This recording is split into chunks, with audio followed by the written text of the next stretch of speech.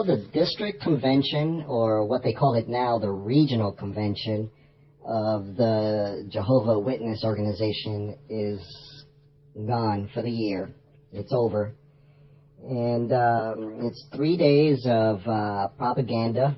I would estimate maybe 24 hours of solid propaganda and lectures and videos and programming spread out between 3 days of Friday all the way through Sunday. This year I've survived, not unscathed, but that's besides the point. But yeah, I've endured another Spanish Inquisition type sort of sitting down of somewhat listening to this stuff. It's better this year because of my JW Convention Survival Kit. I'll explain how that will kind of help me out this year.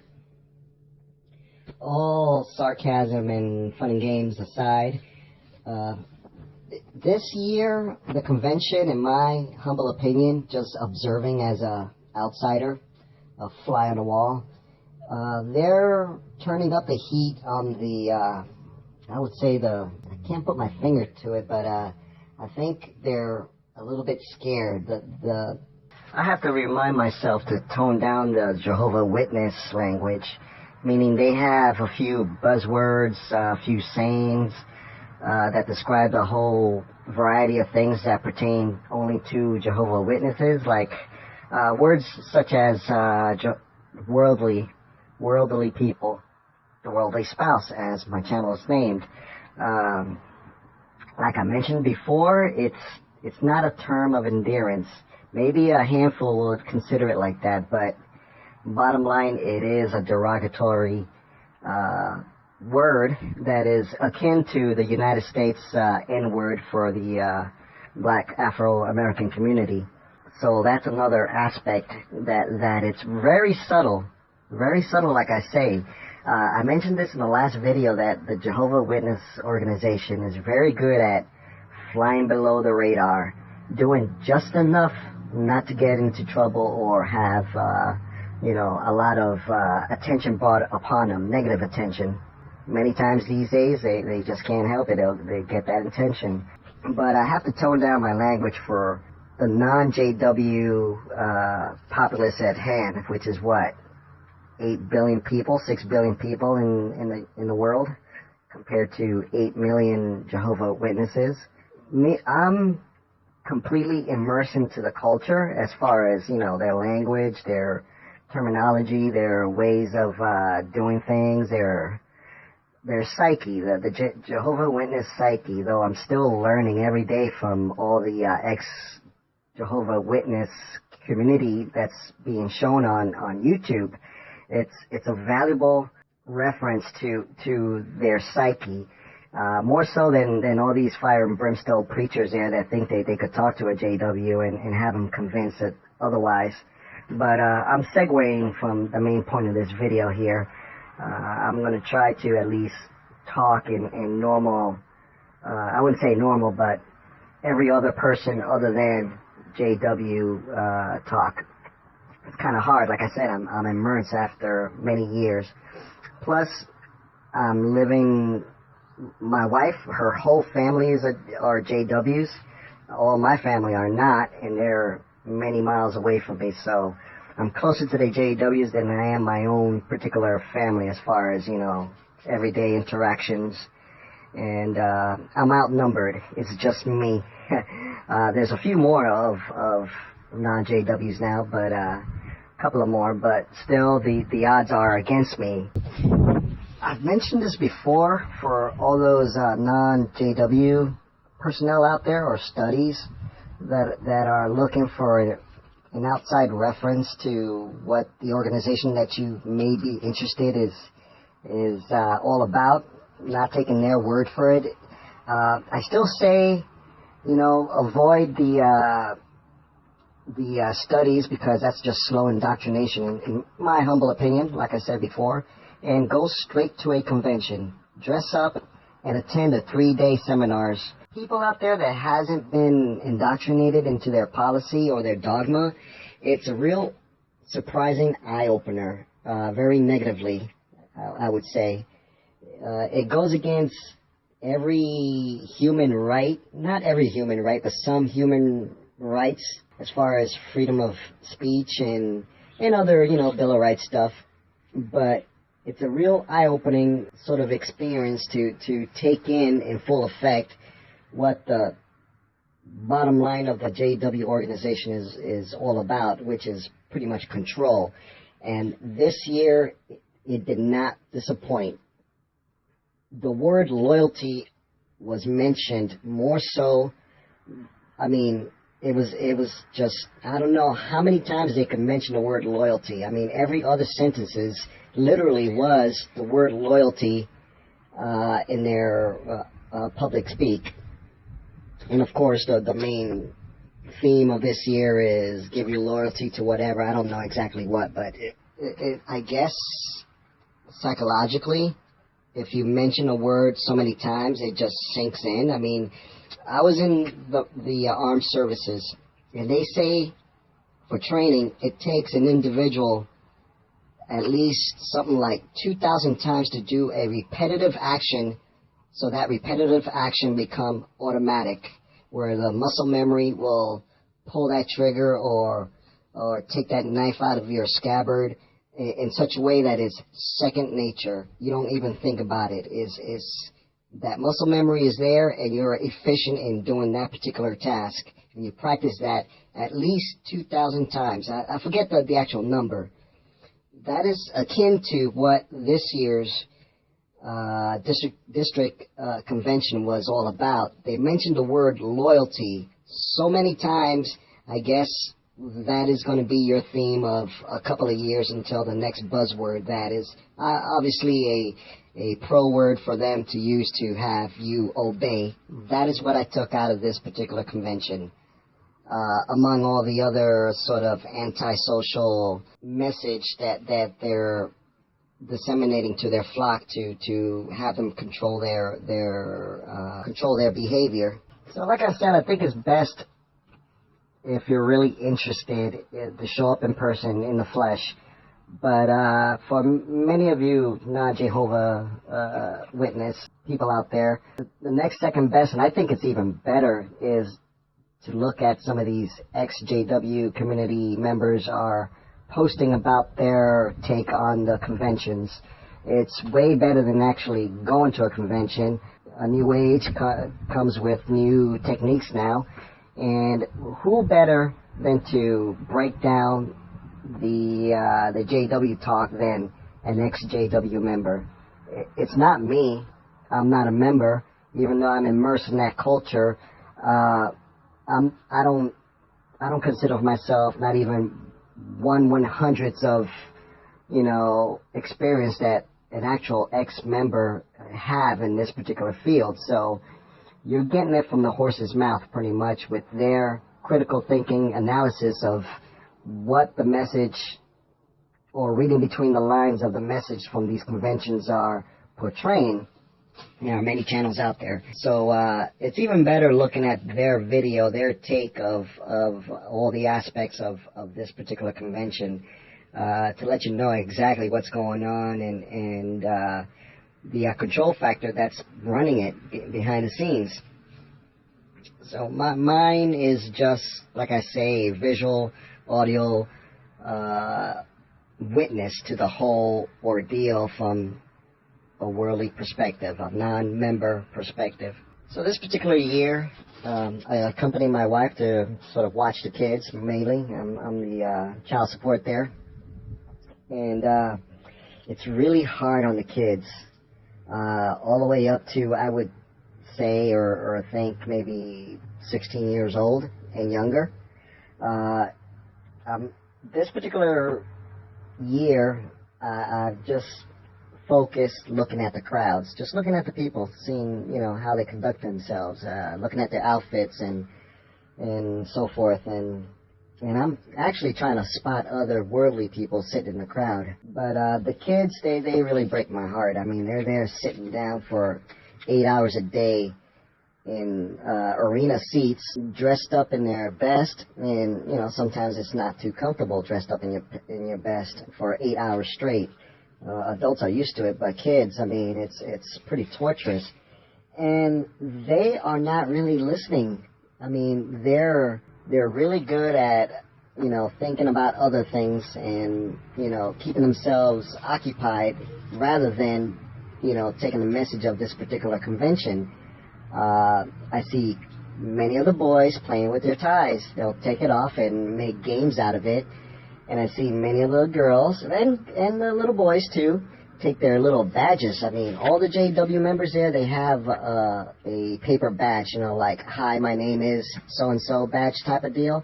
But it says something else, like, I'm a Jehovah Witness, name so-and-so. So all the kids have them too. All the members there have them. I don't wear them. I'm sorry.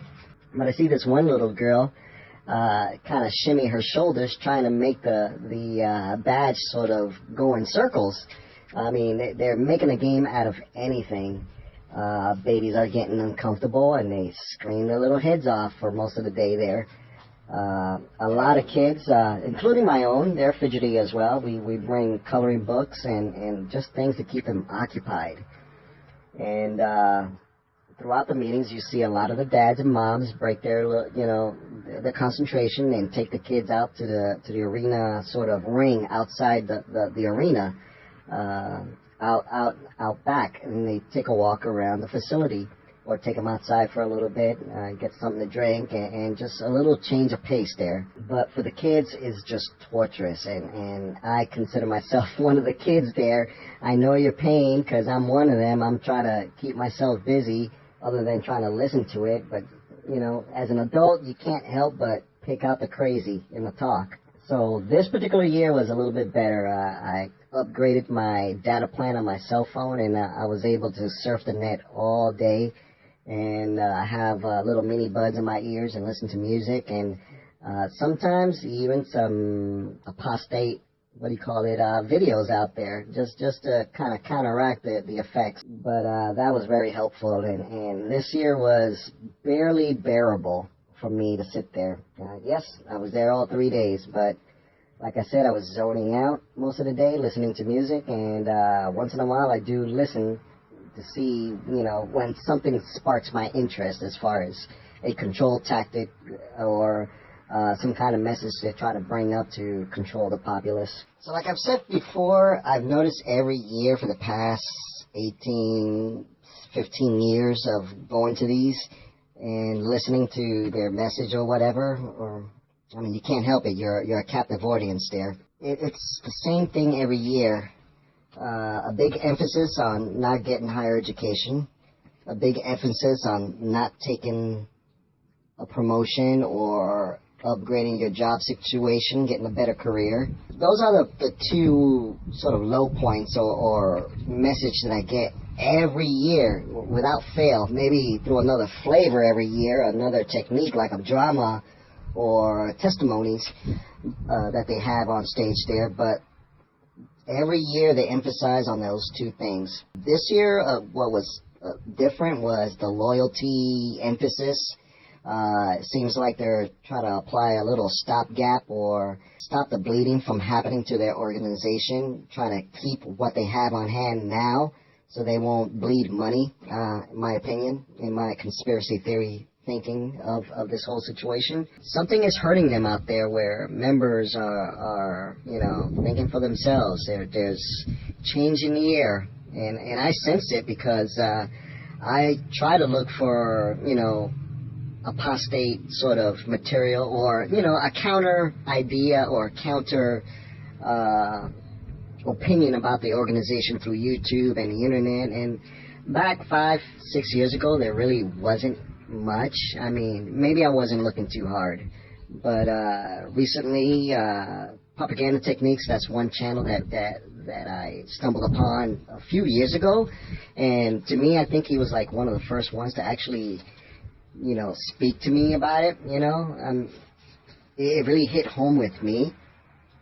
But now there is so many, anti JW channels out there, or apostate channels, or actual ex-members out there giving their experience, that people that are either in the JWs or not, they they are more credible than any other group of people. I don't consider myself credible just because I'm sort of immersed in the culture and I'm married to the mob or married to the JW, but they are, the ex-JW community, I think, is going to be the downfall of this organization, or the recruitment capabilities of that organization. I don't think they're going to go away. They have too much money, in my opinion. It's an organization that is too big to fail financially, but as far as resources, people resources, I think they're going to hurt big time in that particular department, which is fine and dandy. It's the people that I like to protect. So my take on this year's district convention or regional convention is they're in triage state, where they're trying to stop the bleeding, try to put the clamp down on the current members that they have now, and apply more severe techniques on keeping everybody into the fold until they get done fleecing as much as they can from the people out there. Like I said, I'm going to mention this many times, it's just an opinion, it's just what I see from a worldly perspective. Whatever's happening out there in cyberspace or passive-aggressive, activism or just general activism, it seems to be working. I mean, like I said, the rhetoric this year in the convention was a bit more hardcore, more severe, more controlling. Even for an outsider like me, I do notice it a bit more than prior years. The emphasis on the convention is usually the usual suspect of no education and no better job employment, but out of maybe 23.5 hours of that particular message, something that wasn't covered with the other ex-JW community in their analysis and videos about the convention this year, there was maybe a 10 to 20 minute talk about, yeah, stay away from the worldly people, do not associate with them, but if you have to, and if you're married to them, a big emphasis on those members that are married to worldly people, non-JW members, try to bring them into the fold, recruit to them, try to get them into a study and emphasis. It's been many weeks now that convention has been over, and I'm glad to say that I haven't been approached by any of my wife's friends or my wife my wife gave up on me many years ago. She pretty much know that I'm stubborn. But her friends, now they do not approach me in that aspect and taking heed of the organization sort of request to get me into the organization. So that was the only difference that wasn't covered from other videos that I've noticed this year. So the overall bottom line of my take of this year's convention, taken as a whole, the whole 3 days, and the people's demeanor in the crowd, and the message being given from on top, the governing body, is put the clamp down on the people, stop the bleeding from happening, stop members from leaving. There's something changing. I can't put my finger on it yet, but someone out there is concerned about losing members. Whatever's happening, it's working as far as waking people up to this. And the organization seems to be taking note and adjusting to it. I'm sure they're going to see this video. It seems like maybe they have a wing of, observers out there that are looking at all the ex-JW community videos and getting intelligence to counteract what the ex-JW community is doing. It's being a business, that's what they're going to do. I mean, it's just that simple. So they might be looking at my video and saying, okay, this is another perspective. Let's see what's going on. But anyway, I'm going off on a tangent here. But the bottom line, like I was saying, something is happening out there, and public opinion about their organization is changing, and they're a bit too slow to react to it to make it stop. It's not working, whatever they've been doing for the past 50 or 100 years. To a certain extent it will, but I think the losses are greater than their gains. I surely hope so. So with this, this video is a bit too long. As always, I'm just blabbling. And I wish you guys a good evening.